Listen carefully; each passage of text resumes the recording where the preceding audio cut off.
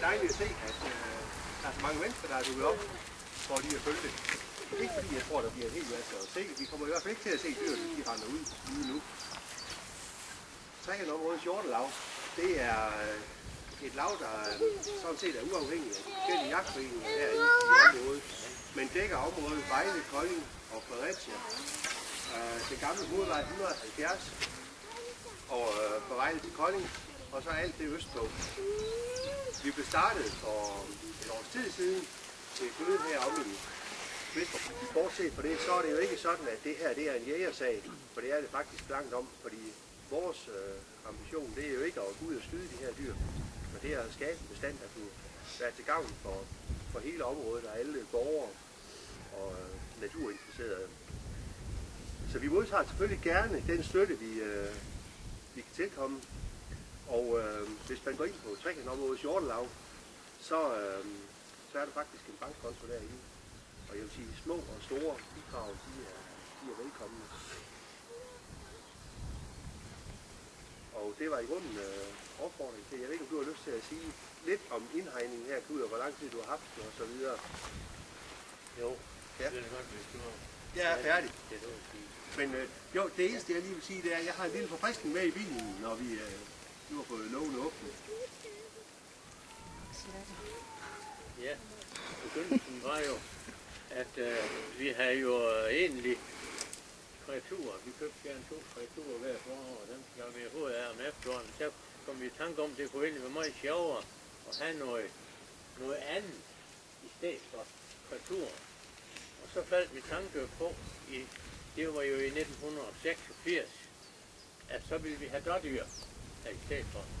Og så fik vi egentlig hegn lavet, og det var færdigt i 1986. Han sagde, du er da jo ikke bange for vi har jo den dejlige råvildsbestand, som du nu snakker om. Du er da jo ikke bange for, at den bliver fortrængt, når vi får dårdyr også. Og så siger jeg, jamen tanken, den har egentlig frelsen, men man kan da se andre steder, der kan de jo godt have en pæn råvildsbestand, selvom de også har dårdyr. Så der er tro på, at det også kan lykkes her. Men jeg synes, at jeg har været glad for den opbakning, der er kommet alle vejen fra. Jeg synes, det lover noget om, at det vil lykkes for os. Det er jo let at misbrug, kan jeg godt sige, af hver en nabo eller andre. Tak for det, altså.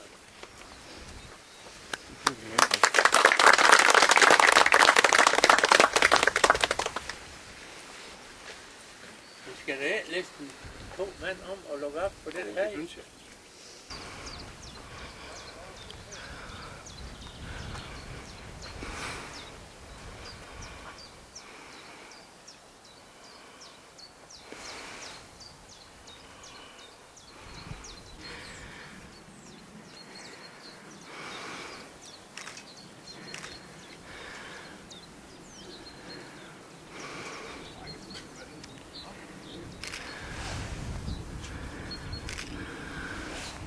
Så bare lad Paul stå derinde.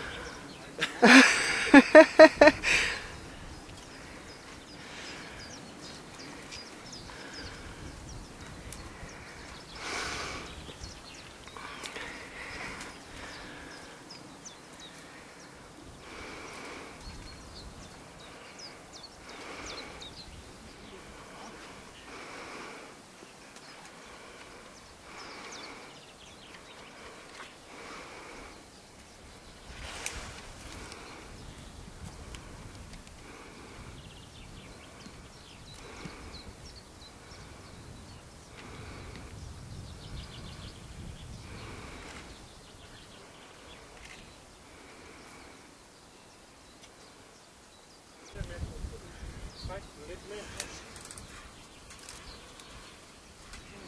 Ellers så bind snoren bare ind i tråden.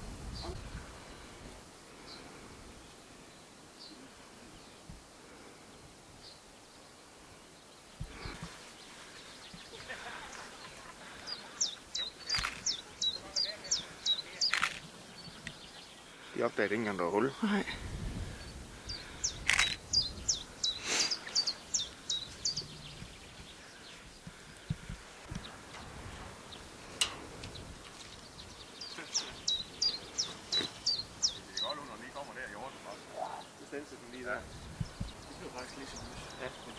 bare. Det gør den bare ikke. Nå.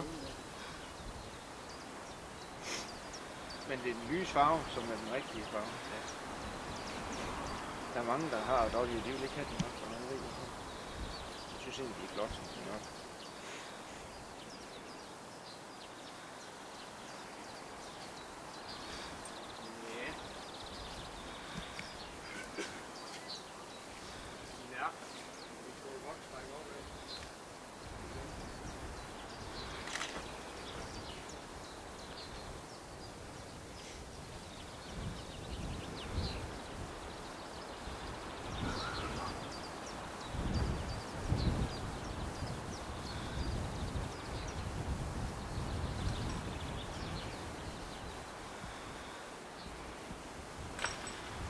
Så skal I lige svinge til højre lige om lidt. Passer du lige?